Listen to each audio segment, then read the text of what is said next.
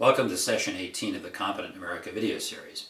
In the previous video, as you might recall, I discussed fossil fuels and climate change, and I made the point that global warming and climate change are not going to be halted until we bring a halt to our dependence on fossil fuels across the board. It's a difficult challenge, but I think it's one we can master if we go after it properly. Now you might ask, what about the rest of the world? It's not enough, is it, for the United States to make these changes? Won't it be necessary for everyone to do that? And that's certainly right. It's a good question, and it is important for everyone else to do it as well. But the right thing for the United States to do is to move forward quickly regardless. The faster we expand unit volumes, the faster the unit prices fall, and the cheaper these technologies become, the easier it becomes for the rest of the world to adopt them as well. Our speed cuts prices, and cutting prices brings other people on board. Now, this is an industry reinvention challenge, a massive one to be sure, but still an industry reinvention challenge. In a previous video, I said such challenges call on us to ask 5 questions. Where are we now? What reality are we headed toward if we take no further action? What opportunity can we imagine for ourselves in the future if we want to reinvent the industry? What transition path takes us to that opportunity? And finally, why bother?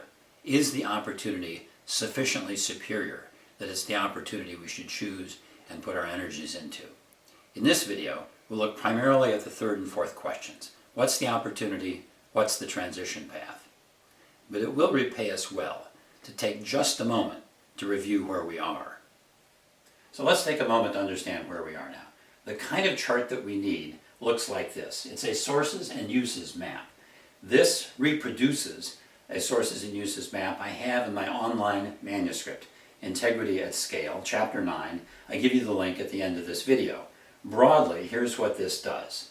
I show all of the users across the top: residential, commercial, industrial, transportation under 3 fuel categories: gasoline, diesel, and jet fuel. Down the side, I show all the sources: the fossil fuel sources, other electricity sources, liquid fuel sources, and heat sources. The source totals come across this way, and they add up to 56 terawatt hours per day.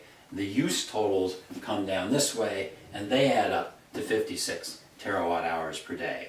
If you know computers, you know gigabytes and terabytes. If you know electricity, you know gigawatts and terawatts. 56 terawatt hours a day.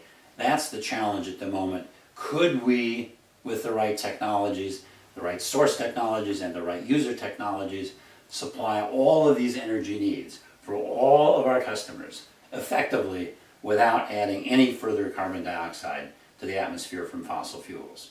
That's the challenge. 56 terawatt hours a day of energy. What does that number mean?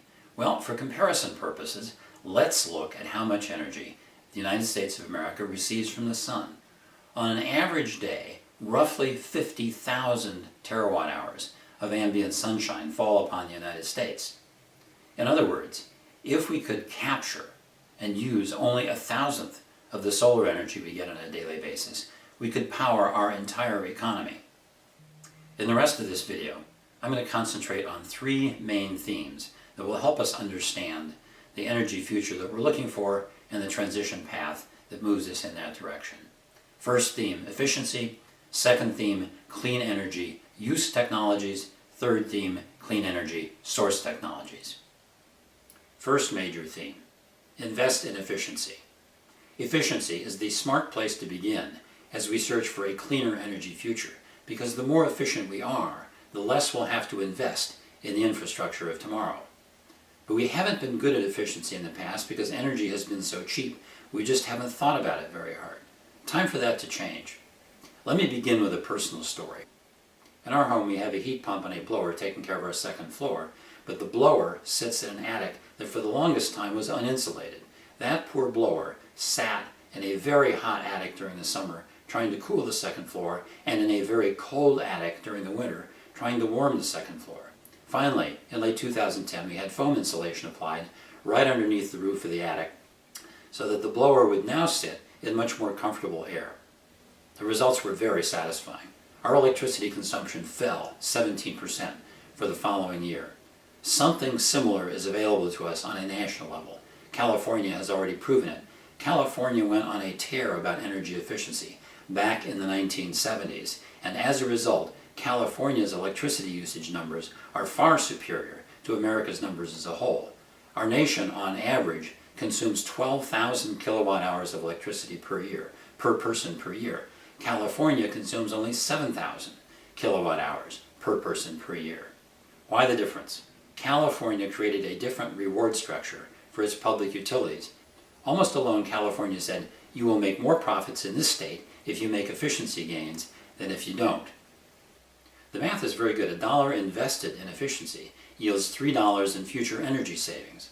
From a consumer point of view, these are expense savings. From a utility point of view, these are capital savings. On both sides, on the producer side and on the consumer side, efficiency makes a lot of sense.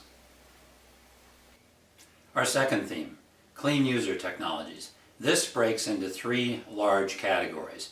The first is buildings, both residential and commercial buildings, in which we consume about 16.5 terawatt hours a day of energy. Industry, in which we consume about 18 terawatt hours a day of energy. And transportation, in which we consume about 21.5 terawatt hours a day of energy.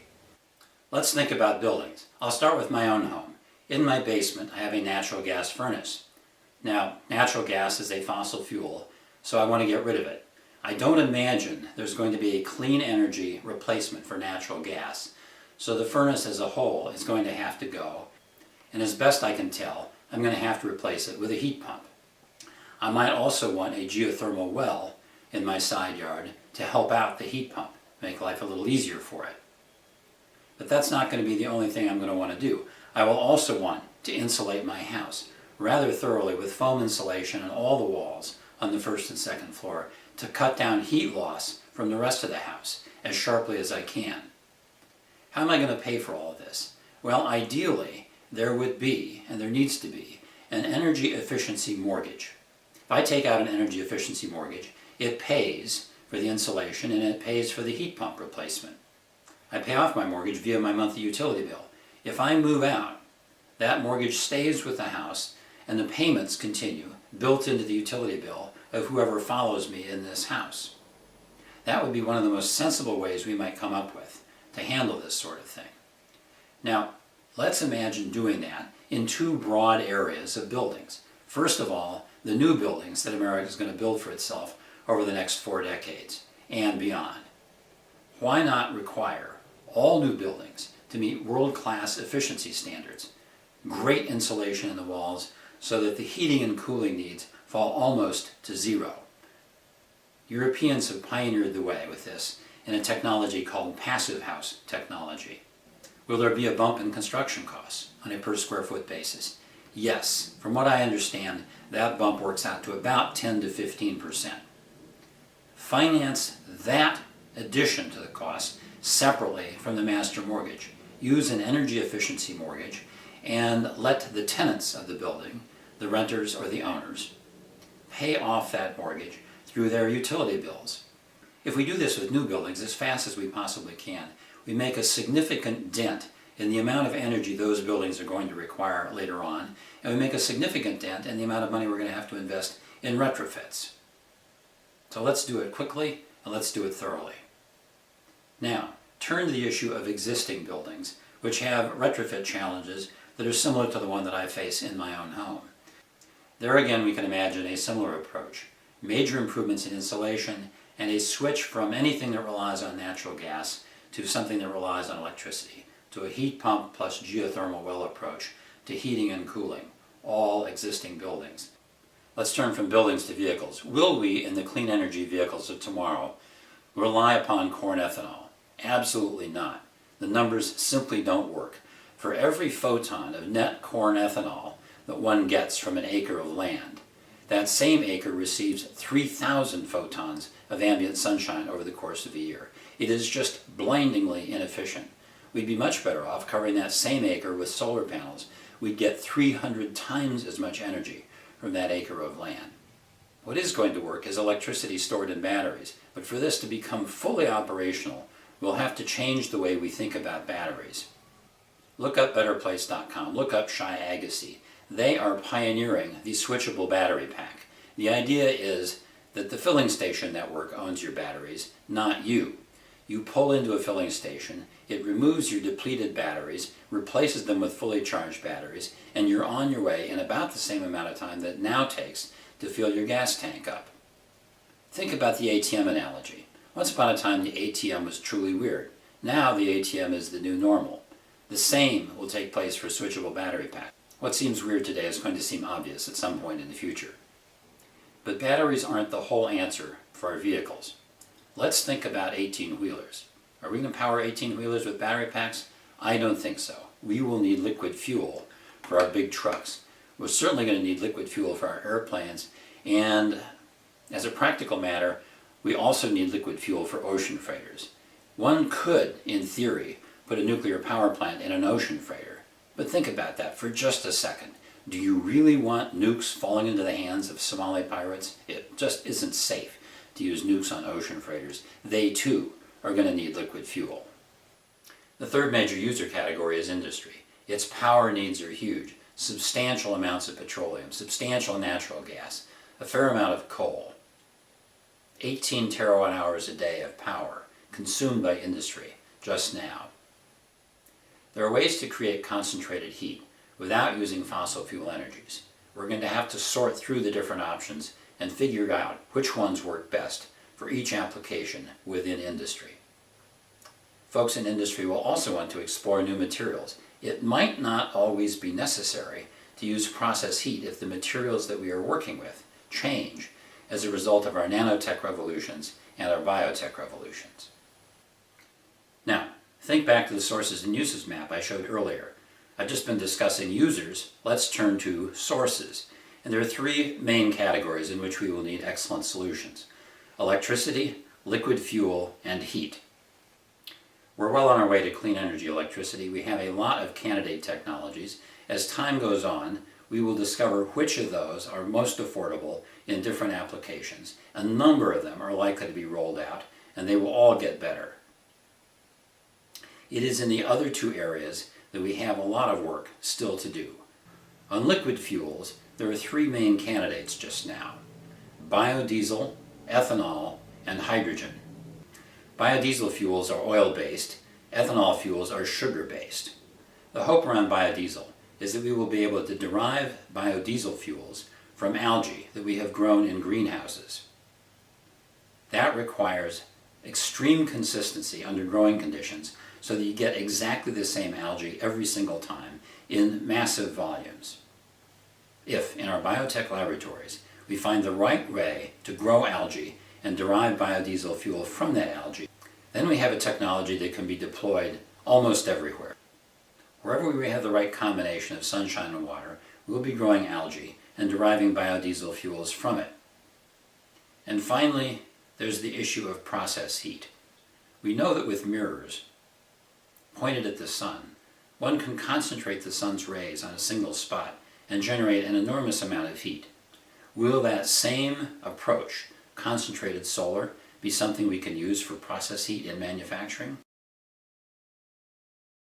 Let's frame our challenge comprehensively. We want clean energy source technologies for electricity, liquid fuels, and process heat. We want clean energy user technologies for buildings, vehicles, and industry. And for fossil fuels, let's adopt a series of exit targets. No more coal, 20 years. No more petroleum, 30 years. No more natural gas, 40 years. And for all these industries and their employees, a compassionate and effective exit strategy. Let's move this work forward as rapidly as we can. Let's get the technologies that work into high gear. Let's shrink their unit costs. And let's reach a point where everyone adopts clean energy technology simply because it's cheaper. Not just in America, but worldwide. By doing this, we'll cap the total amount of carbon dioxide in the atmosphere. We'll have a very good chance of halting further global warming and further climate change, and we will halt the acidification of the oceans. And, as a nation, we'll put a stake in the ground. America truly knows how to make that uphill climb to genuine competence. Thank you for joining me. See you next time.